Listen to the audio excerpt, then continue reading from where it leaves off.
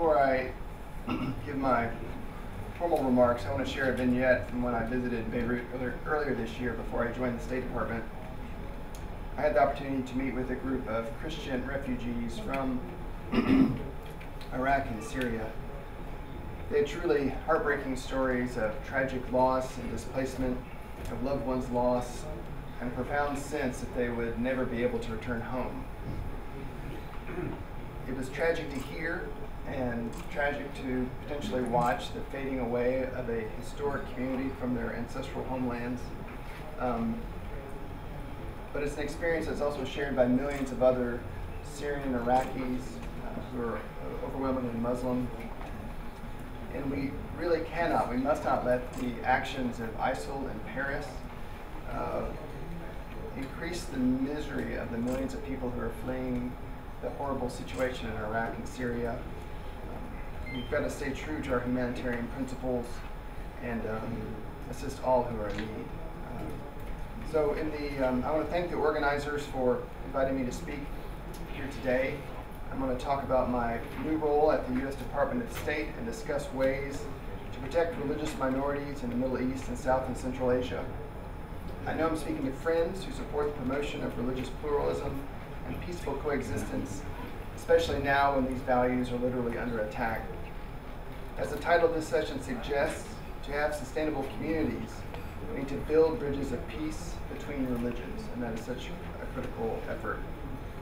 I was appointed about 2 months ago to serve as a special advisor on religious minorities in the Near East and South and Central Asia. I was asked to take this role to help address the crisis that is emerging worldwide. And while religious freedom and human rights is a core part of this work, it also has other elements, such as fostering interfaith understanding and looking at humanitarian challenges, such as refugee issues. The challenge before us is immense. In the past year, we've observed the spread of non-state actors who are now the principal persecutors of religious tolerance, preventers of religious practice in the Middle East. Most prominent and most harmful have been the rise of international terrorist groups such as ISIL and Al-Nusra Front. All these groups have been guilty of vicious acts and unprovoked violence against minority religious communities, as well as against other Muslims who disagree with their warped religious interpretations. And at the same time, we of course deplore the Syrian government's irresponsibility and disregard for the well-being of the lives of its citizens.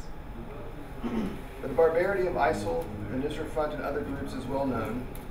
As Secretary of State John Kerry recently said, ISIL wants to turn back the clock of civilization a full millennium.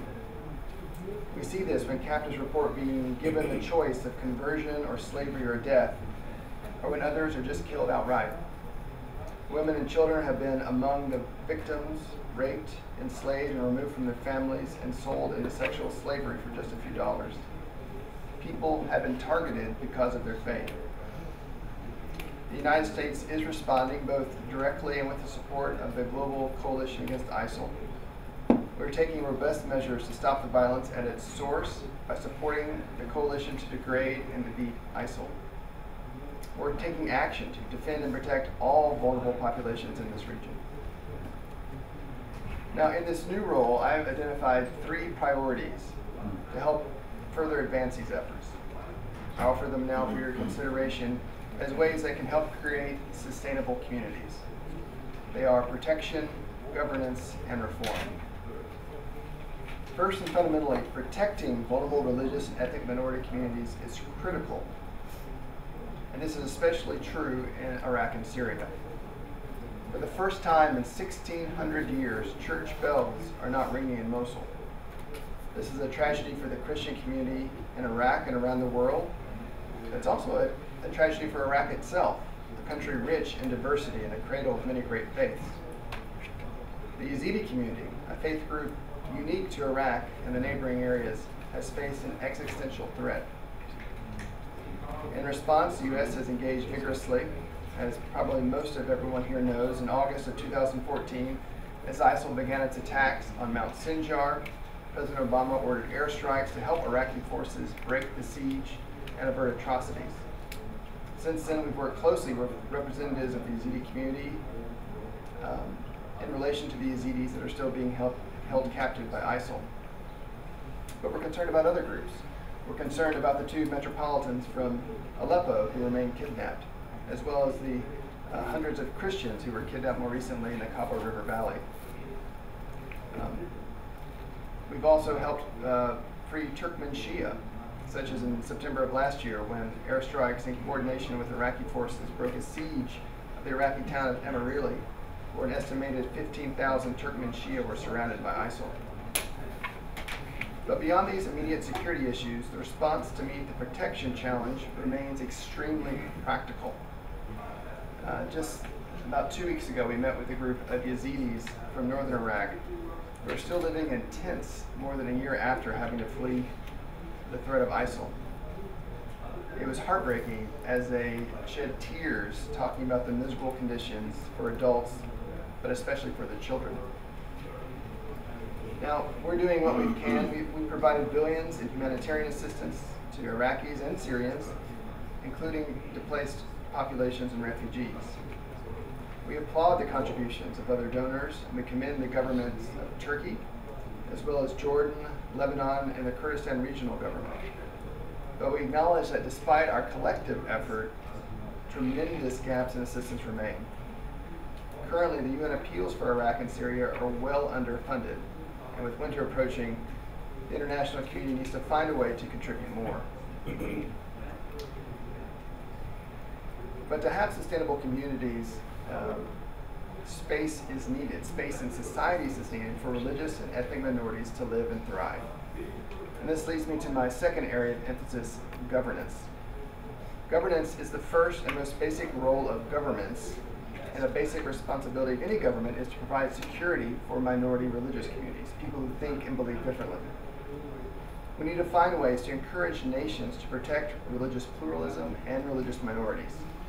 This means standing up for religious minorities through a firm commitment to the rule of law and basic law enforcement, holding the perpetrators of violence accountable when they break the law. It also means steadfastly condemning hateful rhetoric, intolerance, racism, and xenophobia. Also part of this answer is ensuring that members of religious minorities have a voice and a place at the table as equal citizens vested with equal rights. When diverse communities, including religious and ethnic minorities, are represented in government, protected equally by trusted security forces, and represented in a society that enables freedom of religion and the chance for decent livelihoods, societies are stronger, more prosperous, and more stable. Religious and ethnic diversity must be viewed as strengths and not weaknesses. In addition, there's a challenge of protecting religious sites and stopping the illicit sale of religious relics. I've heard repeatedly from religious groups about their patrimony being illegally looted or destroyed. So if we're trying to create conditions for religious communities to stay in their ancestral homelands, the international community must find ways to protect the places and things that connect them to that land. For instance, in August, the FBI issued an alert to art dealers about stolen antiquities by ISIL from the ancient sites in Syria and Iraq. And I think this is an area where more work can be explored and pursued. And then lastly, with respect to reform, the third area of emphasis, sometimes governments are part of the problem and not the solution. Pressure should be brought to bear to see reforms made so that restrictive laws and policies are changed and members of religious minorities are able to practice their faith freely and peacefully.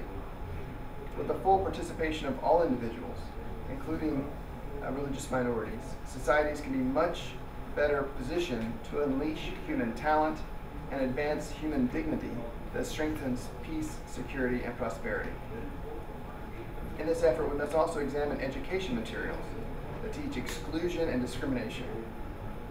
No child should be taught that the religious other is not to be valued because of a different faith or belief system. Sadly, a generation or more of children have been exposed to intolerant and sometimes violent messages in the classroom. We need to find ways to provide a counter-narrative that teaches the value and beauty of diversity and respect for human rights and religious freedom. In closing, we as a community with many shared values, coming from different faith communities and societies, we must help nations everywhere recognize that they will do better when religious diversity is protected and religious freedom is respected. The possible disappearance of communities across the Middle East should provoke us all to action. We cannot see the loss of communities that were so intricately embedded into these societies. The potential loss is a sober reminder of what we all lose when minority religious communities are persecuted and left unprotected by their governments. So the challenge is immense, but I believe by working together we can successfully push back against these forces of intolerance. We must all endeavor to protect religious pluralism so that religious diversity and freedom of belief is ensured. And I harken back to the meeting I had in very earlier this year where I met with this group of Christians. One pastor was so despondent, he said, I don't even know what to pray for regarding Syria. But at the same time, he was very encouraged that the international community cared. So I think it's incumbent upon all of us to find ways to help. Thank you.